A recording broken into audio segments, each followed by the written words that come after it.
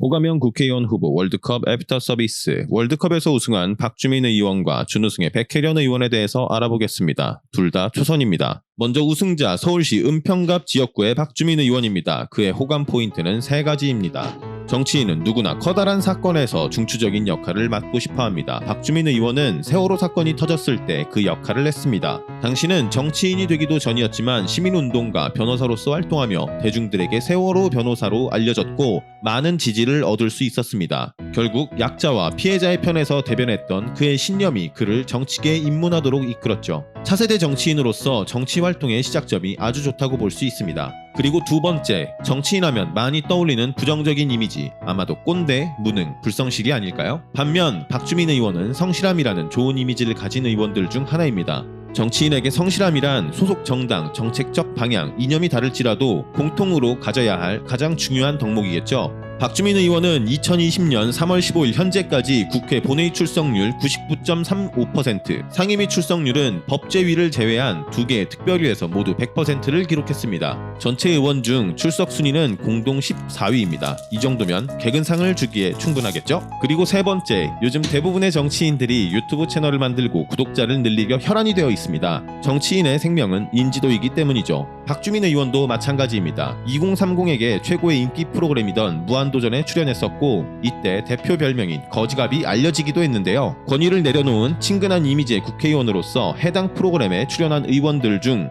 인기와 호감도에서 단연 최고로 꼽히기도 합니다. 또한 활발한 SNS 활동을 통해 정치에 관심이 없는 젊은 세대와도 많은 소통을 시도하고 있습니다. 국회의원이라기엔 너무나 초라한 행색으로 다니는 사진들이 웹상에 돌아다니고 박주민 의원은 이게 웃음거리가 되는데 주저하지 않습니다. 그의 초췌함, 추레함, 거짓골은 곧 열리라는 국회의원, 권위를 내려놓은 국회의원 등 또다시 긍정적인 이미지로 돌아오기 때문이죠. 이렇게 박주민 의원의 호감 포인트는 세월호 사건, 성실함, 탈권위적인 이미지로 정리할 수 있습니다. 물론 여의도 일타는 박 의원과 관련된 논란을 무시하거나 그를 일방적으로 찬양하지 않습니다. 그러나 애석하게도 우리나라 국회 전체에서 출석률 99%가 넘는 사람은 16명밖에 되지 않습니다. 방향이 같던 다르던 열심히 일하는 사람에 대해서는 칭찬해줘야겠죠? 이번 21대 총선에도 재선에 도전하는 그가 유명한 정치인이자 호감 가는 정치인, 이 두 마리 토끼를 모두 잡을 수 있을까요? 이러한 정보를 참고해 투표에 참여하시면 좋겠네요.